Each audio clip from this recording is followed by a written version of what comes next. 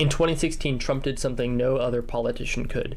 He flipped states that hadn't voted Republican since the 1980s, transformed generations-old voting patterns, and won millions of voters who usually don't vote at all. But it wasn't a fluke. It was a warning that the political order we knew was breaking down, and whatever replaces it may be unrecognizable. The first cracks in the last order began to show with 9/11, after which the Bush administration invaded Afghanistan to find Osama bin Laden, the man they claimed was responsible. About 2 years later, the same administration invaded Iraq under the false pretense that they were developing weapons of mass destruction. Despite his worsening popularity and the protests of voters, after his re-election, Bush continued the wars with basically no changes whatsoever. This would become a theme in the coming years. Mounting public pressure prompted the Democrats to advocate an end to the war on terror during the 2008 presidential campaign, and they too made no substantive changes to the war, while public opinion only grew more negative. This feeling of powerlessness, as meaningless wars consumed our money and soldiers, disillusioned many voters with both parties. It signaled that something was deeply wrong with our establishment, and typical solutions weren't going to be enough. But it would take years for the dam to break. Speaking of 2008, the Great Recession shook up the calculus. While Republicans had been generally dominant since the 80s, Obama's promise of hope and change at such a chaotic time shattered the Republican dominance of relatively moderate middle-class suburban voters. He entered office with a mandate to rule, but setback after setback sent his approval into a tailspin within a year. This was nothing new. Leaders often faced trouble, but times were changing, and new presidents would have to deal with powerful new competition. But this competition wasn't going to be from the other party, or even another part of the government. It was going to be from private corporations, who were emboldened by a recent Supreme Court case, Citizens United versus the Federal Election Commission. Decided in 2010, this decision bucked more than a century of precedent and granted corporations, by a single vote, the power to spend as much money as they want on political advertising. From the perspective of hopeful voters, what could have been an electoral revolution with Obama was stalled by big money.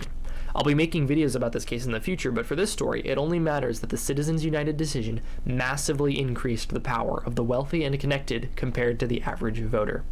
Consider that this ruling came after decades of increasing inequality, and we see how politicians became totally beholden to big money. By the mid-2010s, trust in both parties was approaching record lows, and with this in the background, rising inequality, eternal wars, a weak economy, and ever more puppeteered politicians who promised change and never delivered, Donald Trump entered the scene.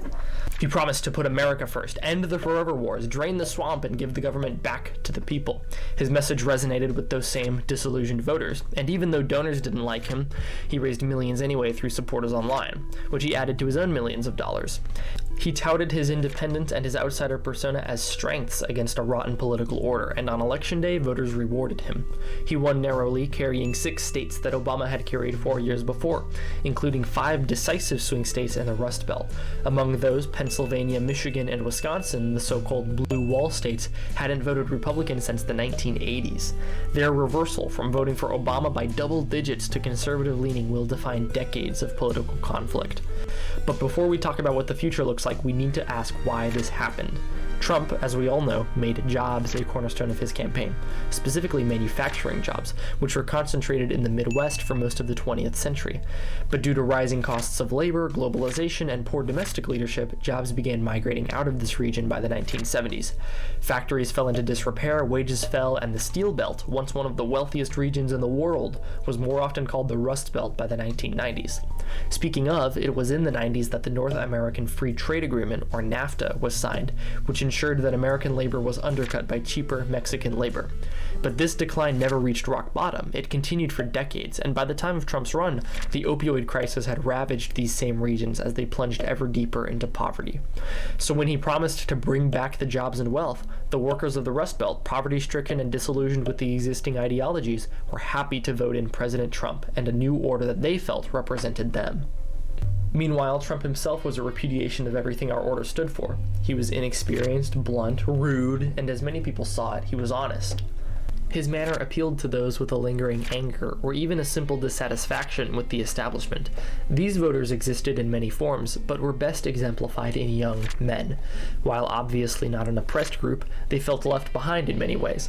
In terms of income, educational attainment, and voting power, men in general had been losing ground relative to women for decades leading up to 2016. And to Trump's supporters, the advent of cancel culture, declining rates of marriage, and the perceived demonization of men further alienated many of them from the political establishment, chasing them into the embrace of the MAGA movement.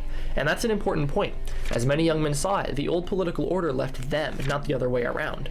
Either way, as recently as 2008, Democrats were winning these groups outright, while the gender voting gap seemed to be closing. Clearly something changed.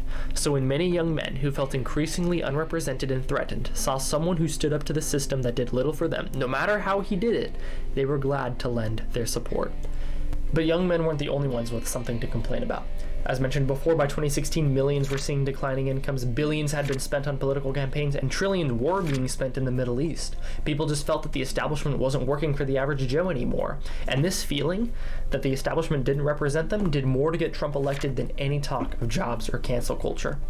Couple this with the sneaking suspicion that corporations were paying off politicians to prevent real solutions, and you have a populist powder keg just waiting to blow. And 2016 was that year. Millions of low-propensity voters who could always vote but just didn't believe in any of the candidates turned out for Trump in 2016, and their turnout was decisive, especially when counted alongside young men and working-class white voters. And the same dissatisfaction which swept Republicans into power in 2016 almost gave socialists their own victory in that year, when Bernie Sanders nearly defeated Hillary Clinton on a left-wing populist platform in the Democratic primaries. When we look back at the last 10 years, there's no more debate. Something changed. So what was it? Well, political scientists often divide American history into distinct party systems, which are periods of time where the main political divisions are relatively consistent.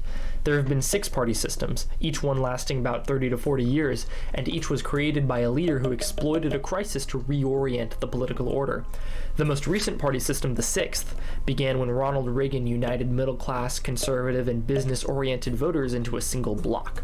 All 3 of these combined to create the suburban, Christian, small government Republican Party that existed for the last few decades. But Trump's coalition is something new. As I see it, it marks the end of the 6th party system and the beginning of the 7th. This new party system was started by 3 issues: forever wars, poverty, and big money, and will be defined by 3 groups: the former middle class, disillusioned voters, and men. And Trump's coalition, united by the 3 issues and supported by the 3 groups, was enough to transform the political order, for better or for worse. But the story doesn't end there. Party systems follow patterns. The ideas change, loyalties shift, and new parties even emerge. But all of that will have to wait for a separate video because I'm out of time, unfortunately. But if you want to know what the 7th party system will look like, what the main dividing variable will be, and the 3 isms that will define that party system, then subscribe. What are you waiting for? But I'll leave it there. I won't share any more. You'll just have to click on the video when it comes out next month. But I thank you all very much for watching, and I'll see you next time. Make sure to like and subscribe on the way out. Bye-bye.